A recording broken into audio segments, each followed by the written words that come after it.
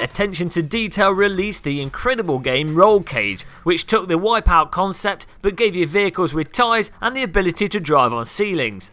Now it's 2016 and some of the developers behind the original Rollcage game have just released Grip on Steam Early Access. So we thought we'd jump in, check it out and see how it's going. First things first, it really is an early access game. From loading it up, it definitely appears as if the game needs a good 8 to 16 months worth of development to be completed, though it depends how fast the developer pushes the work through. Sometimes it's quick and sometimes it's slow, but that's just one of the things you have to bear in mind with early access. In early access right now, there's a couple of tracks available, 2 game modes, and the ability to change a car colour. At this point in time, if you try and load the game in triple screen, you might get some problems. We weren't able to select resolution, so you're better off just sticking to the single screen. To start things off, we jumped into a race on a track that's mostly finished and possibly the most polished content that's in the game at this point in time. With the game using the Unreal 4 engine, as soon as you load into the level, you'll see it looks absolutely gorgeous and actually runs quite well even with the graphics turned up full.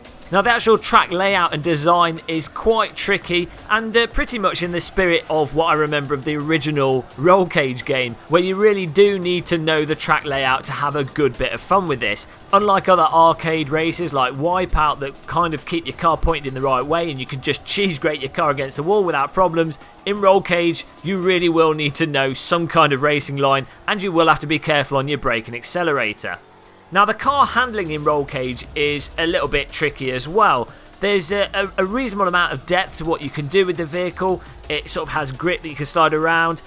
You don't have any control of the vehicle when it's launched in the air though, so again this makes it really hard in the spirit of the original game, but will probably make it very frustrating to racers that have got used to games like Wipeout or more recent arcade races that are just a lot more forgiving. In some ways, I think it's really good that the developers have stuck to the classic feel and tricky nature of the original Rollcage, but I can see many players getting very frustrated indeed. With that frustration though, once you do master it, it's really satisfying to do clean laps, drive the car up the wall and just get things coming together. But as I say, it's really hard. Another thing that adds to the frustration of this is that some of the weapons, or the weapons they've got in the game at the moment, can't really be defended against, and if you're attacked by them, for example the minigun machine gun, if you're in front of the person firing it, they don't have to aim particularly accurately and it just spins you out of control. Now if you combine that with the fact that the game's a high skill game in terms of actually navigating the track, it's just really annoying when someone behind you shoots you around and you can't really do anything. Now there is a shield and you've got 2 slots, so you can have a shield waiting for when someone shoots at you, but it's not always effective and you can't always guarantee that you've got the shield there.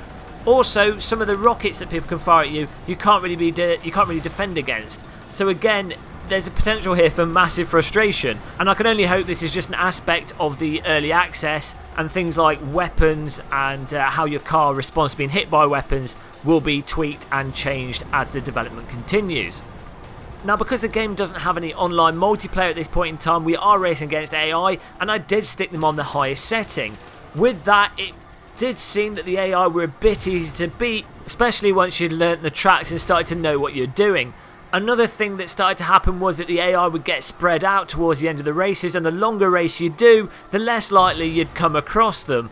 So really I think the AI is again something that's in alpha, or the early access state of the game, and will need to be brushed up and tweaked, which you would expect to happen in the long term. Personally, with this game having such a high skill ceiling, I would really want to see some kind of ranked multiplayer for this, allowing you to have close races with real people online, and then motivation to refine your racing lines and beat others and get the satisfaction of beating people and progressing your rank. Now I'm not sure if that kind of thing would ever come to this because I don't know how niche it is, but that would be the dream for this kind of arcade racing game in my opinion.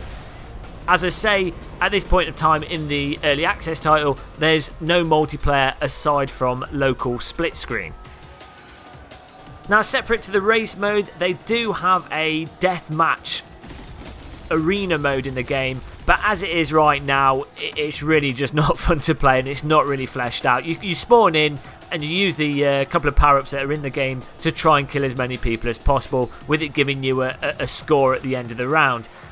Making this mode not particularly enjoyable is the lack of power-ups, but also the vehicle handling isn't really suited to quickly rotating. Using your handbrake just makes you understeer, and you just can't turn around quickly, so the game just turns into drive around in circles trying not to get hit at random, and it's just not fun.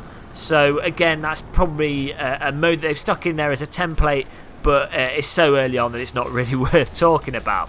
Lastly, the sound in the game and the music is actually really good. It's really nice to have some drum and bass in a game again. It's been a while. It used to be quite normal, but people have moved away from that. And it does really make you feel like you're going back into playing the original Rollcage game and those sort of arcade races like Wipeout, where electronic music featured really heavily in their audio and presentation. The engine sound effects and the noise of weapons are also really nice and immersive. You can hear the rockets whiz past you with the sound changing as they move past you. It just works really well, so I think the audio will probably be something that's really decent in this game.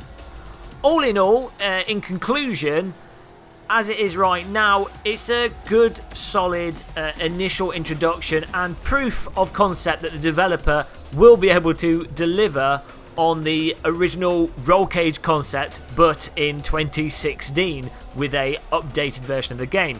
The core handling, apart from a couple of tweaks, is really nice and tight. The graphics of the completed level does look fantastic, the audio is fantastic, and the game actually runs quite well thanks to Unreal 4 engine and I'm sure talent of the developer. Personally, I'd only recommend you pick this up if you want to sort of see it gradually develop and maybe put some input on the developer forums and support them to getting this game finished. If you actually want to play a fully fledged game, you're just going to have to wait until it's finished in its development. And if it was me buying this now, I would wait a good sort of 8 months before I jump on in, because by that point I think they'll have more content there to play. And a point to jump in I think that would be good is when they actually get the multiplayer sorted out, because that's where this will be really addictive. So thanks for watching this early access review of Grip. Make sure you subscribe to the video and like the video if you enjoyed it. Also, leave a question in the comments if you have any questions about the game. I'll try and answer them, and I'll see you in our next video. Thanks for watching, and goodbye.